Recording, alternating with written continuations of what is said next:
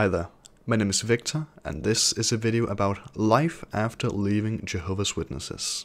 So in the beginning of this video, I want to first talk about my experience after leaving Jehovah's Witnesses, what I expected and what the outcome actually turned out to be. What my situation is maybe different from others. My situation is pretty positive.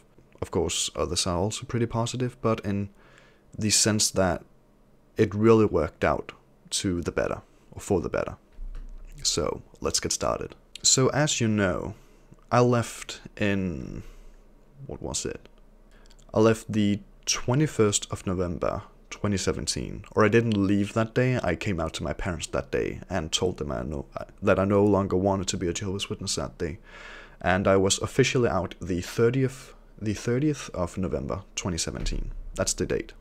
Specifically date I got out of the cult. So, what was it actually like after being out?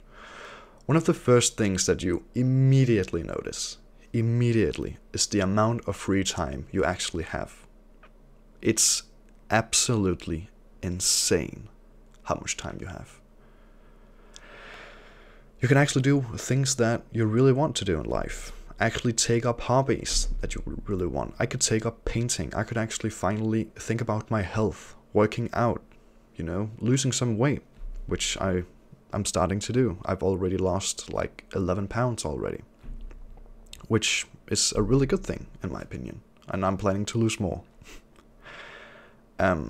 It's just so freeing to not to have to worry about the schedule of Jehovah's Witnesses. Not only like to yourself, but you have to worry about others all the time. What do the other witnesses, brothers and sisters, think about you if you don't go to the meeting that day? Just so much guilt is just taken off your shoulders. You can finally really live the life you've always wanted. And that was one of the first things that I really noticed. No longer studies on Monday and studying for the meetings on Tuesday and all of the daily texts and studying for the Bible study and the meetings on Thursday, which took up the entire day. You couldn't really do anything that entire day. I think the only day I was actually like free was Friday. Friday was always the best because the entire day was just to you. But imagine that like all the time. It's so much better. And of course Saturday, that's preaching, you know, going in service. So that's like you couldn't really plan anything. You couldn't go over to friends on Friday because you always had to keep in mind that you had to go in service on Saturday and you had to go to the meetings on Sunday. It was 24/7, 7 times a week, 365 days a year. It was absolutely insane. It really was. It causes so much stress that I covered in a previous video, how much stress it actually causes. So that was one of the first things that you really noticed after leaving the cult. My experience after leaving Jehovah's Witnesses, besides like all the free time, like compared to family relations, the first of couples of like months, I would maybe say like 6 to 8 months was really tough for me and my parents and my nearest family. We didn't really talk that much, and when we did talk, it was very minimal. And my mom always tried to bait me into conversations with her, which is one of the things that I told her is that I never want to talk religion with her ever, because it really destroys our relationship. And our relationship has gotten so much better after that. We can joke with each other. We can really talk. We're actually like back to being a normal family again after we made that rule that no religion, like not at all, not even just a little bit, not even just a hint here or there, just nothing at all. My mom still does sometimes, but I just try and remain completely neutral and not say anything and just trying to move past that conversation. One of the other things that I was very fortunate about was I wasn't baptized. I know a lot of people are baptized, especially at a young age, and I was very fortunate that I always held back. So I really I haven't lost, so to speak, no relations with others. Like, I have some minimal shunning. One of my cousins and one of my really good friends from the religion haven't actually made contact to me.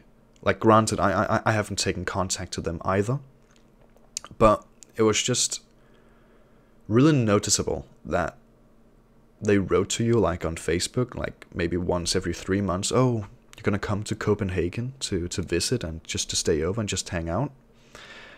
And then it just stopped. Just like that. Yeah. It just stopped like that. I'm no longer a person that you really wanted to hang out with if you were a Jehovah's Witness, because for a Jehovah's Witness to hang out with someone who's not a Jehovah's Witness, they always have, like, in the back of their head, just, oh, I gotta remember he's not a Jehovah's Witness. He's not a Jehovah's Witness. Like, I can't be that close friends with him because he's a Jehovah's Witness. Because he's not a Jehovah's Witness. My mistake. So, I'm very fortunate.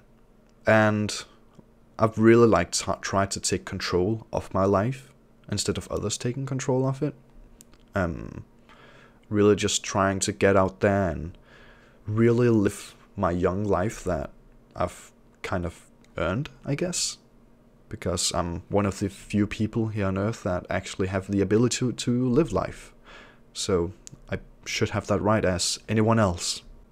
So far, my experience leaving Jehovah's Witnesses is, of course, good.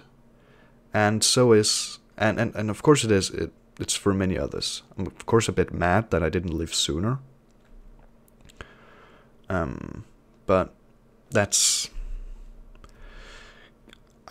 I can't change that. That's in the past. I just gotta deal with what I have, and I've also taken up painting. You can actually see one of the paintings I'm working on in the background. Also, here's my hand. Ooh. Also, one of my other paintings that I worked on, Bob Ross inspired, of course. And I'm also planning to take up playing on the violin. I really want to, like, work on music. I think that's one of the big things. Of course, I really want to work on or work with something with my voice. If it, like, be a voice actor or a podcast or something like that, that would actually be really, really freaking cool to do something like that.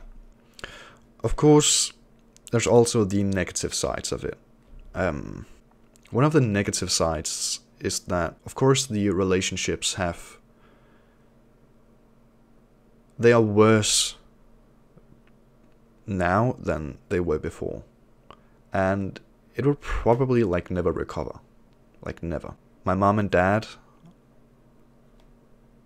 yeah, I don't know if it's too personal to get into that, but it's just the energy that you feel. Like, they always, like, when you walk past them and they are studying for the watchtower, or they're watching the JW broadcasting, they give out that, like, big sigh, like, just something like that, just to give you the feeling that we're still sad that you left the organization or the cult.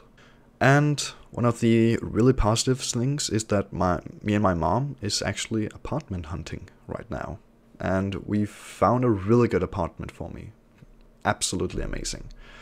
I'm 5th in the queue, so hopefully the 4 others will decline, so I could be a lucky one to get it, so I could really start up my life and just going out in the town and partying with friends. I've always wanted to do that. I've done that a bit, but I really want to, like, really enjoy my life and be happy, you know. Hopefully getting a job soon, which I really, really want. I want to work with other people, kids, if that's a possibility. So not only that, I'm apartment hunting, and I'm hopefully getting this apartment. If I'm getting this apartment, I should be moving out on the 15th of June. Yeah, 15th of June. So only, like, around 2 weeks if I get this apartment, which I hope I will. But I'm one of the very fortunate Jehovah's Witnesses, or former Jehovah's Witnesses, that left the organization, because the only thing because I wasn't baptized. If I was baptized, the story would be completely different. I would have been thrown out maybe the day of, or maybe like a week after, which is pretty insane to think about that your entire family will just abandon you on the sole purpose that you made a promise when you were like 10. And you were most likely pressured into it. You were taught it your whole life until you were 10 or 15 or whenever you got baptized. It was the only thing you knew. And of course you thought that was the correct decision.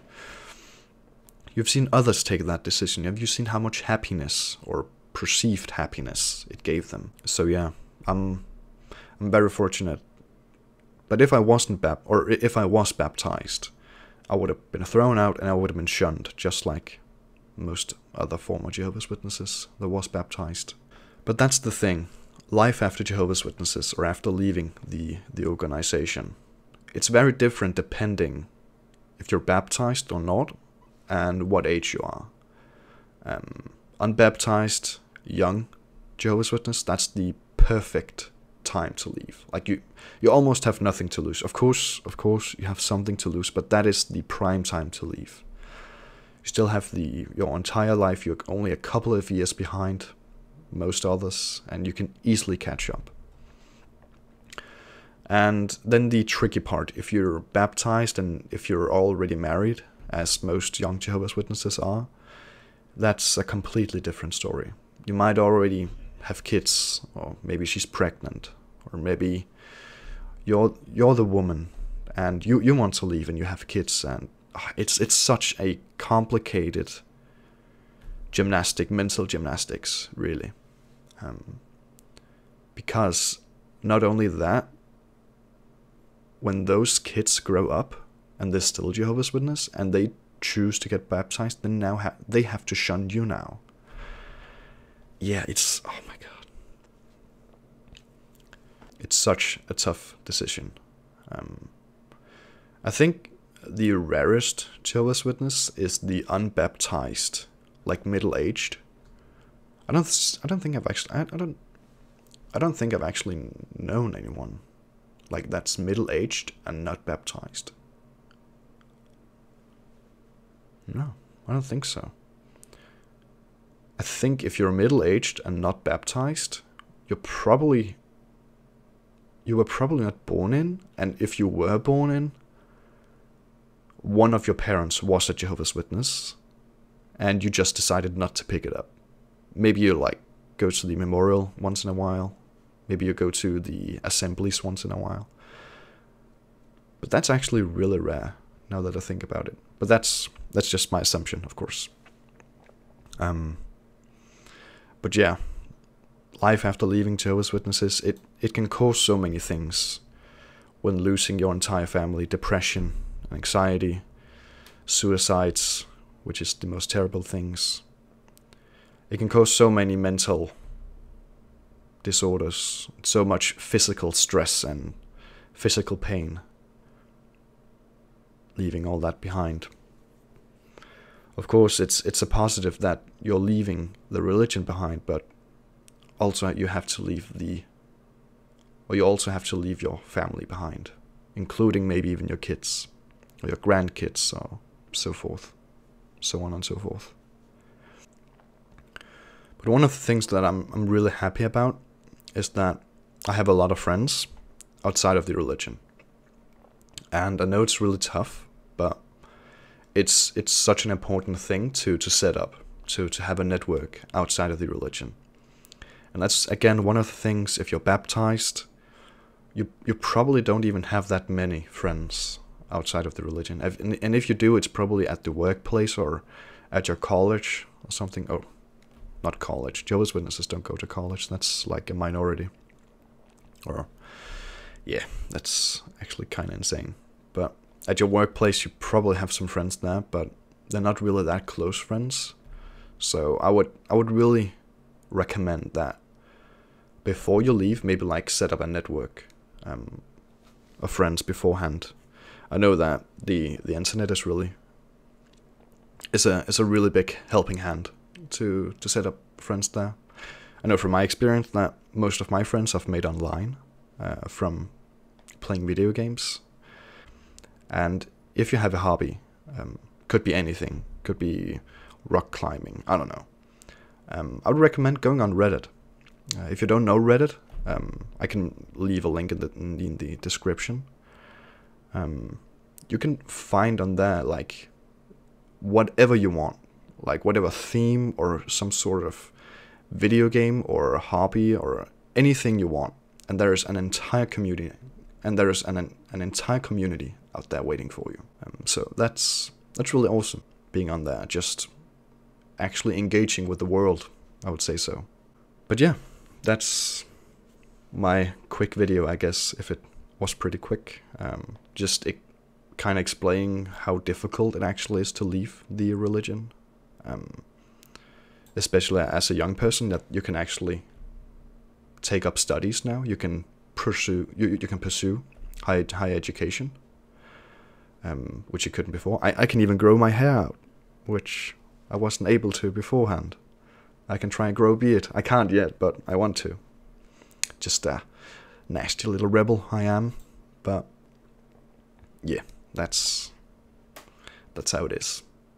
So I hope you enjoyed this video. You can subscribe if you want to. You can like the video if you want to.